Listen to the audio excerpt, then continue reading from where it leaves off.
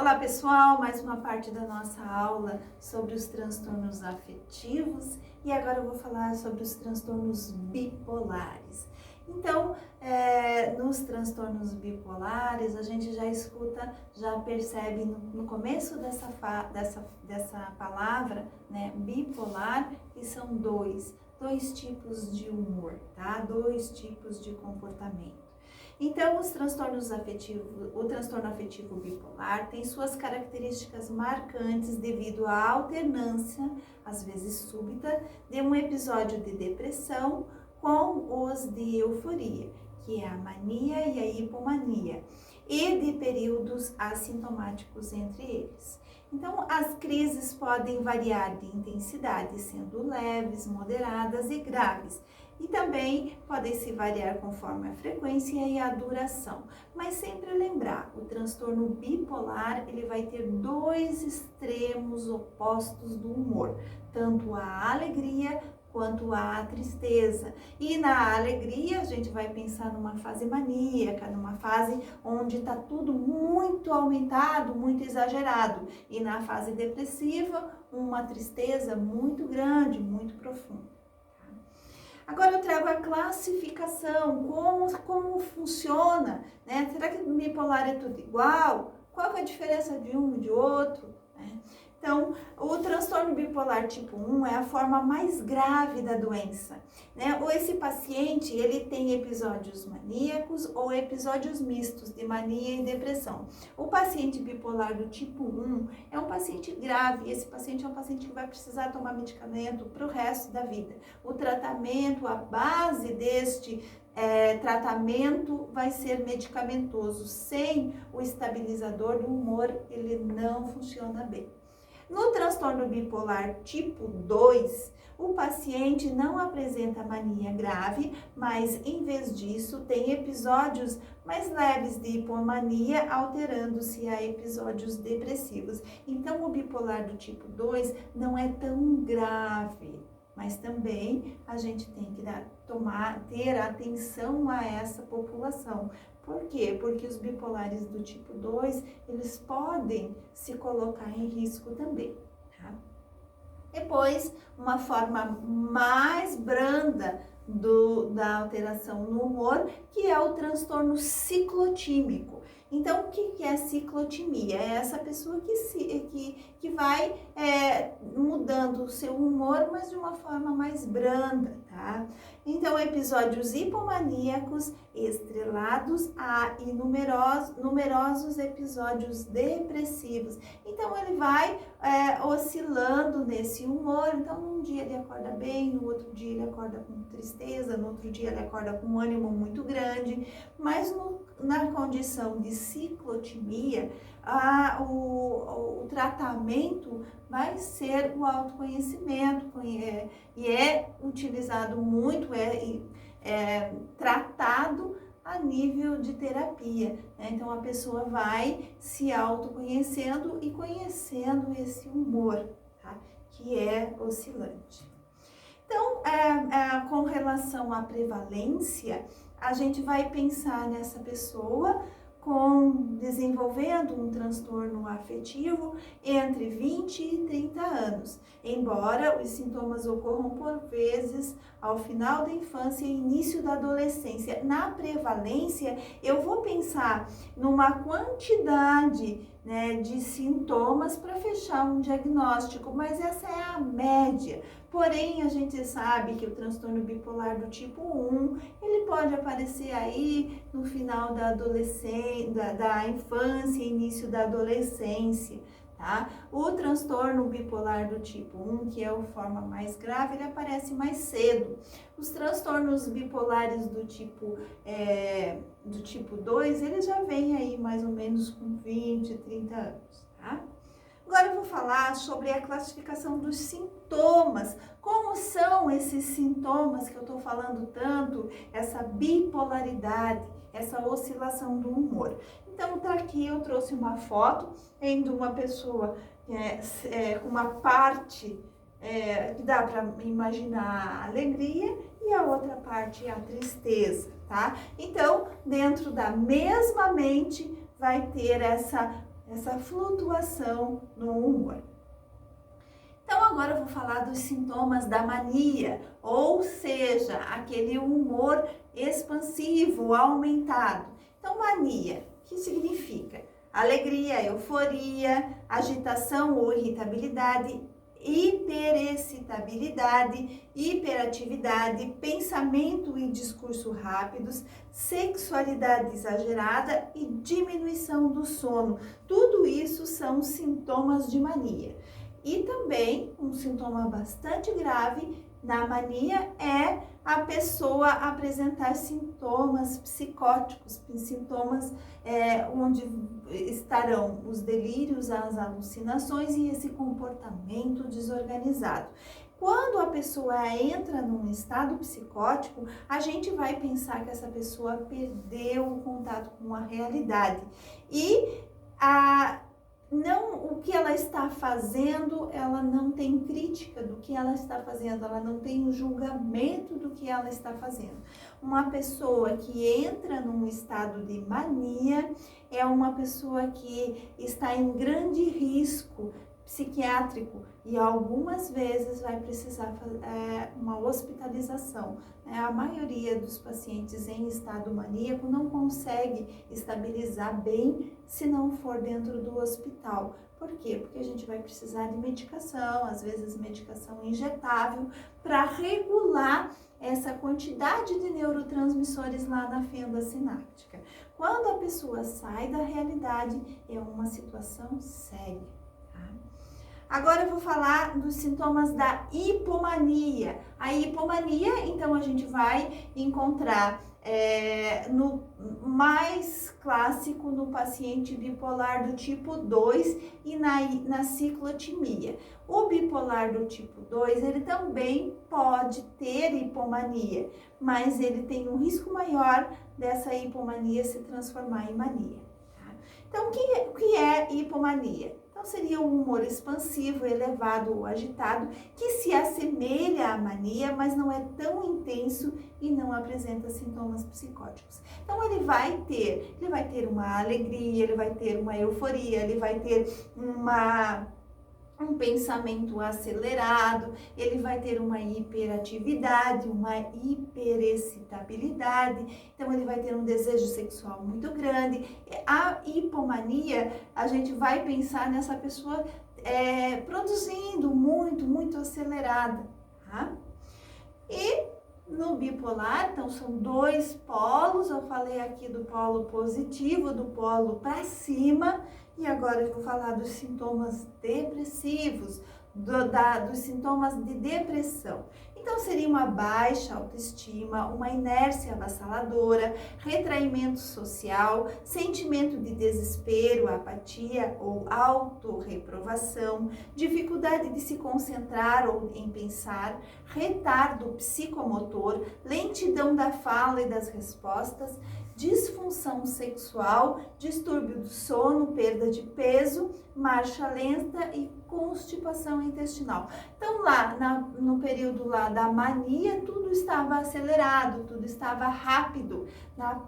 Na fase depressiva, tudo está lento, devagar, os pensamentos estão lentificados e esses pensamentos lentificados vão se tornando pensamentos negativos, onde a pessoa vai ter uma inércia, uma falta de vontade de fazer as coisas, uma apatia. Então, até para sair da cama, algumas vezes é difícil.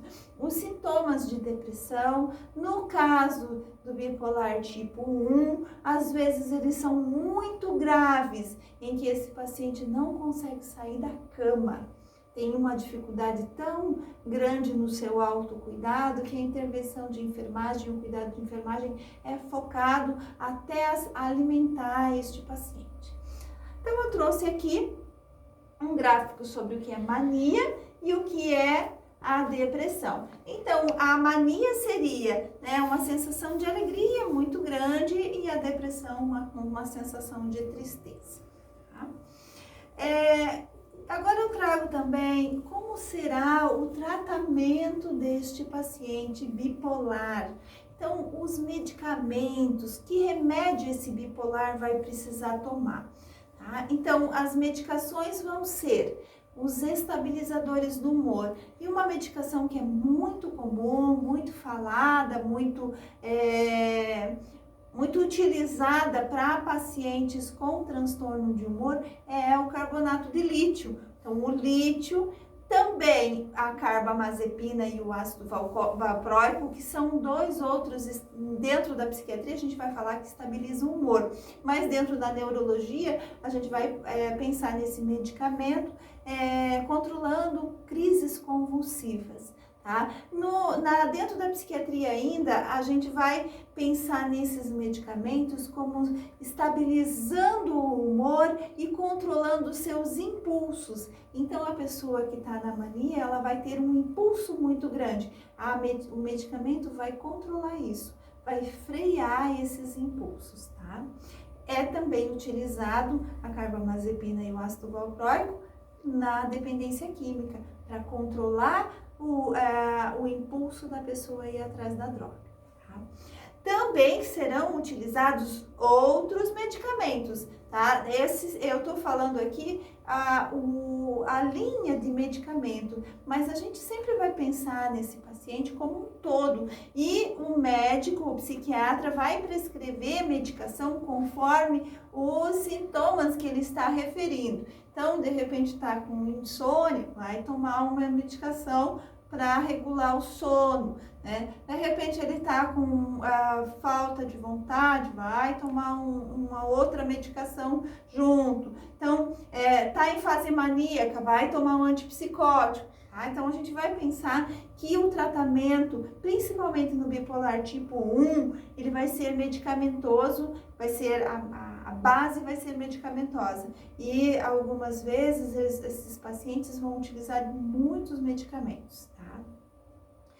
Outras terapias podem incluir a psicoterapia individual, a terapia de casal ou familiar, que podem ajudar os pacientes a lidar com os problemas de relacionamento associados ao tratamento.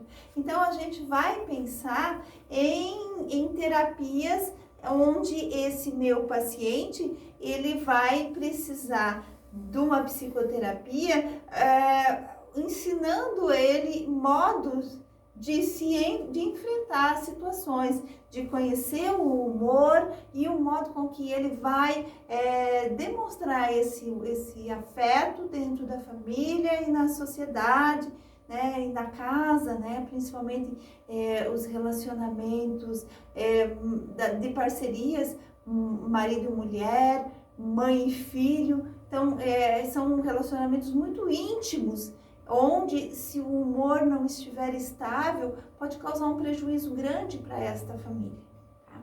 Também a gente vai pensar na terapia ocupacional. O que é terapia ocupacional? É onde a gente vai fazer estimular outras áreas do cérebro, fazer novas correntes aí neuronais, né? E a gente vai falar de plasticidade neuronal. Então, esse cérebro vai sendo estimulado de outras maneiras. A psicoterapia, a terapia ocupacional, ela faz muito isso. Ela é muito importante para que essa pessoa que vive o transtorno bipolar seja estimulado a produzir, a se identificar com coisas que gosta, tá? Ações para desenvolver o autoconhecimento. Como vão ser isso? Pessoas se conhecer o seu humor, como que eu lido com tudo isso, né? E como serão os meus enfrentamentos. Então, esse é o tratamento para o transtorno bipolar. E o cuidado de enfermagem, como eu vou fazer para cuidar dessa pessoa que tem transtorno bipolar? Então, a gente vai pensar nesse paciente durante o episódio maníaco. E nesse episódio maníaco, a gente vai pensar que ele está psicótico. E, estando psicótico, pode ser que ele esteja dentro do hospital psiquiátrico. Então, como vai ser esse cuidado? Atenda às necessidades físicas do paciente, envolva-o em atividades que requeram grandes movimentos motores. Muito comum dentro do hospital, um paciente em franca mania, muito acelerado, e a gente pede para o professor de educação física colocar ele lá na esteira, para ele gastar essa energia, né? Fica lá andando na esteira, por bastante tempo. É claro que o profissional vai ter que tomar muito cuidado, porque ele está em fase maníaca, então ele perdeu o julgamento, ele perdeu a crítica, e ele acha que ele vai ter muita força, muito poder. Tá? Encoraje-o a alimentar-se. Por quê? Porque o paciente bipolar na fase maníaca, ele esquece de comer. Ele não acha importante se alimentar. Porque aquela mente está tão acelerada que ele não vai perder tempo, parar e sentar para comer. Tá? Então, o nosso papel é vigiar também isso. Sugira sonecas diurnas e ajude na higiene pessoal. O paciente na mania, na franca mania, ele esquece de se autocuidar. Ele sabe se autocuidar, mas ele não tem a crítica, ele não tem o julgamento do que tem que fazer na hora do banho. Por quê? Porque aquele cérebro está 1 milhão, né? Então, aquela mente está muito acelerada. Proporcione a ele atividades de diversão adequada, de curto limite de atenção. Tá? Por quê? Porque na fase maníaca ele não vai conseguir prestar atenção por muito tempo. Então, tem que ser curto o tempo que ele vai estar focado na atividade, tá? Ainda na fase maníaca, né, mantenha o ambiente calmo, evite estimulação excessiva, como grandes grupos, ruídos altos e cores vivas. Por isso, dentro de um hospital psiquiátrico, as paredes têm que ser em tons pastéis, de preferência um verde, um azul, para baixar realmente para que quando a pessoa chegue, ela ela fique mais calma. Então, dentro do hospital psiquiátrico dá muito bem para utilizar, e também na casa desse paciente, tudo, usar a cromoterapia. Então, cores vibrantes, como vermelho, como laranja, muito forte, isso faz com que esse cérebro seja mais estimulado. Na fase maníaca, nós queremos que ele diminua. Então, para ele diminuir, nada de estímulo, tá? Dê apoio emocional e estabeleça objetivos realistas para o comportamento. Estabeleça limites para comportamentos exigentes, hiperativos e manipuladores. Esse paciente na fase maníaca, ele vai querer fazer tudo, e a equipe vai ter que dar os seus limites e ensinar ele que ele tem que seguir algumas regras dentro do local onde ele está. Tá? Toda a equipe deve seguir as mesmas regras e dar respostas conscientes as manipulações e atuações do paciente. Ele vai atuar. Então, se a equipe não estiver coesa, firme e fazendo todos o mesmo, respeitando as mesmas regras, esse paciente vai tentar manipular e vai tentar fazer com que ele tenha um ganho secundário. Por quê? Porque nesse momento o que mais ele quer é satisfazer os seus prazeres. E ele vai quebrar um pouco as regras. Lembra, ele está em estado psicótico, então ele está fora da realidade. Então, esse comportamento, ele é todo associado a sintoma da fase maníaca. Agora a gente vai pensar no cuidado de enfermagem na fase depressiva do transtorno bipolar. Então, atenda às necessidades físicas do paciente. Se ele estiver muito deprimido, para cuidar de si mesmo, ajude com o seu cuidado pessoal. Então, você às vezes vai precisar ajudá-lo na higiene pessoal, no banho, porque o paciente está tão deprimido que ele não consegue tomar o banho sozinho. Ele vai precisar que você, de repente, até diga, lava isso, lava aquilo, para que ele consiga se situar, tá? Encoraje-o a se alimentar ou alimente-o se necessário. Atentar para as eliminações intestinais, porque na fase depressiva do transtorno bipolar, lembra que eu falei que estava tudo lento? Ele pode fazer uma constipação intestinal. Então você pergunta para para ele, tá fazendo cocô, tá tudo bem, né? Fora que ele tá utilizando medicação e a medicação, um dos efeitos colaterais dessas medicações são a constipação. Encoraje atividades físicas, porque este paciente, ele precisa se movimentar, ele precisa sair do leito, né? E a atividade física é fundamental nos episódios depressivos, né? Não só nos episódios depressivos, a atividade física é fundamental em todos os momentos da vida, tá? Lembre-se que o paciente deprimido necessita de reforço positivo contínuo para aumentar a sua autoestima. Encoraje a conversar ou escrever sobre seus sentimentos, ouvindo com atenção e respeito. Se ele parecer lento, dê-lhe tempo para formular os seus pensamentos. Então, nessa fase depressiva, o falar é o melhor caminho. Alivia e divide o sofrimento, tá? Uma das situações dentro dos cuidados de enfermagem é avaliar situações relacionadas ao suicídio. Este paciente, ele corre risco de suicídio, ele pode cometer um suicídio. Então, a gente vai avaliar se ele está em risco de suicídio. Então, quando a gente pergunta para ele sobre morte, suicídio, ele vai abrindo você vai abrindo espaço para que ele põe para fora as ideias que está vindo na sua cabeça. Aí a gente vai avaliar se tem um planejamento, se já teve outras tentativas e claro que a gente precisa fazer uma intervenção se ele estivesse colocando em risco de suicídio. Supervisiona a ingesta medicamentosa e os efeitos colaterais das medicações. Então, ele vai estar tomando medicação, a gente sabe que pode dar algum efeito colateral. É cuidado de enfermagem fazer as anotações adequadas para que o médico saiba quais são esses efeitos colaterais. Estimule a promoção à saúde, prevenção de doenças e reabilitação, com um tratamento humanizado, estimulando a qualidade de vida. Esse é o nosso papel enquanto profissionais de enfermagem, né? Estimular muito a qualidade de vida, a pessoa a viver de uma forma adequada, de uma forma saudável e de bem com todos ao seu redor e com ele mesmo. Então tá, é isso pessoal, até a próxima parte da aula, obrigada.